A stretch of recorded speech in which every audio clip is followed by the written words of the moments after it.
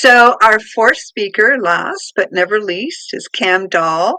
And just a short introduction, Cam has all sorts of experience in the livestock. He's currently the manager of Manitoba Pork, but has made a significant contribution at the national level on the grain side, including being the chair of the Canadian Roundtable for Sustainable Crops. So over to you, Cam. Thank you, Susie. Really good to be here today, and really look forward to the discussions. Like to touch a little bit, and you could go to the next slide to talk a little bit about some of the things that I've observed from experience on the beef side, on the grain side, and now on the pork side, and what factors into producers' decision making and facilitates the uptake of new beneficial management practices. And we'll touch on four key items. One is the importance of a collaborative process, the importance of a consultative process, to talk about incentives instead of regulations, and to touch a little bit on producer responsibilities. So next slide, please. So to talk first about a collaborative process, about when we're developing new best management practices or rolling out new approaches, it really does need to be inclusive of the whole value chain. That, of course, includes producers. Producers must be involved in the development of new best management practices, but it also includes other parts of the value chain, including processors and retailers. I think it's really important that when we're looking at the development of new practices, that we consider producer fiscal and capital realities as well. Producers won't roll out a new practice if they can't afford to do so. Next slide, please. A couple of collaborative examples, and touch on the first one and why it has been a success.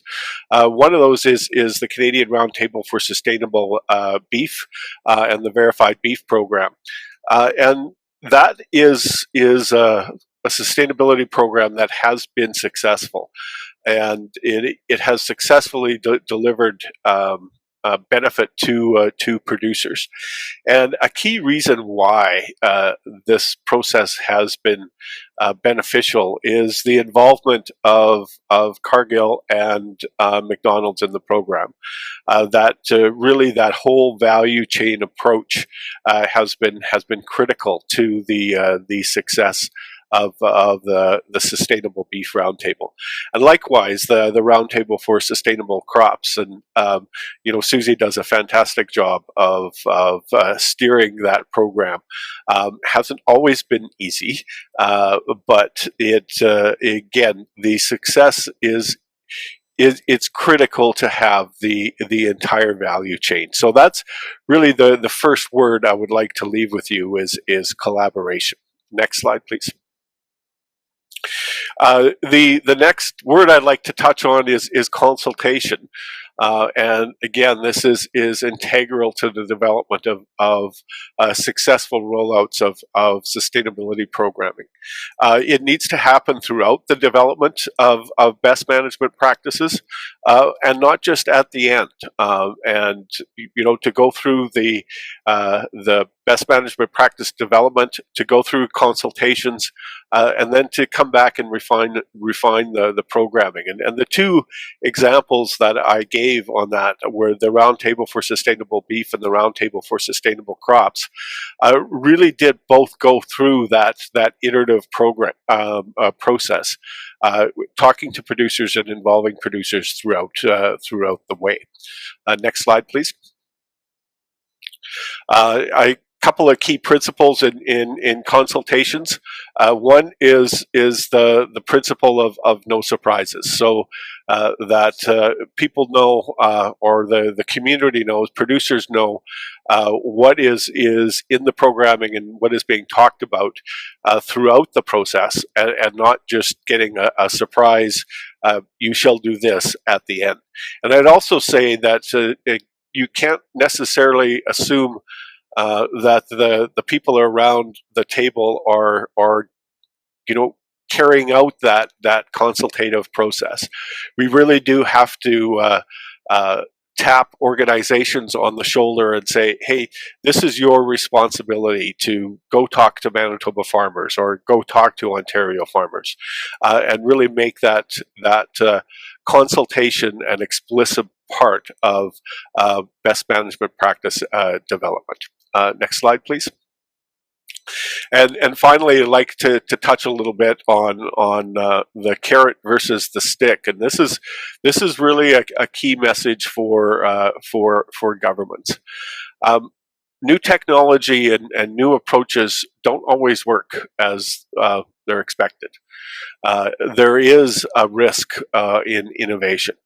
New production practices may have unexpected consequences and unknown costs. Next slide, please. So asking farmers to adopt a new technology or a new best management practice is not realistic if these adoption risks cannot be mitigated somehow, either through market forces or through government intervention. So really, if we're looking to encourage farmers to adopt best management practices or sustainability practices at a faster rate, we have to look at how do we offset the risk of new technology and new practices for producers. Next slide, please. And that is the other side is regulations. The other tool that governments have is regulation, and often have found that to be the default position for government. It's sometimes easier to move forward with new regulations as opposed to going to the finance department and asking for support for mitigating risk for adoptions. But regulations can be really counterproductive, and we've seen that live with for example, opposition to carbon pricing. Regulations can be counterproductive if they don't make fiscal sense. And if they prevent farmers from maximizing their earning potential. So we really do have to, factor that in to how new practices are rolled out. Get incentives, mitigating risk, much more effective tools for encouraging adoption than regulation. Next slide, please. And again, have touched on this, but attempting to reach sustainability goals only through regulations will actually reduce the competitiveness of Canadian agriculture, reduce the fiscal sustainability of farming in Canada, and unfortunately will turn farmers from being sustainability partners into being opponents of government. And I think that brings me to the end. I too am looking forward to the panel discussion. And Susie, you have moderated a panel perfectly because we are on time, which is sometimes unusual.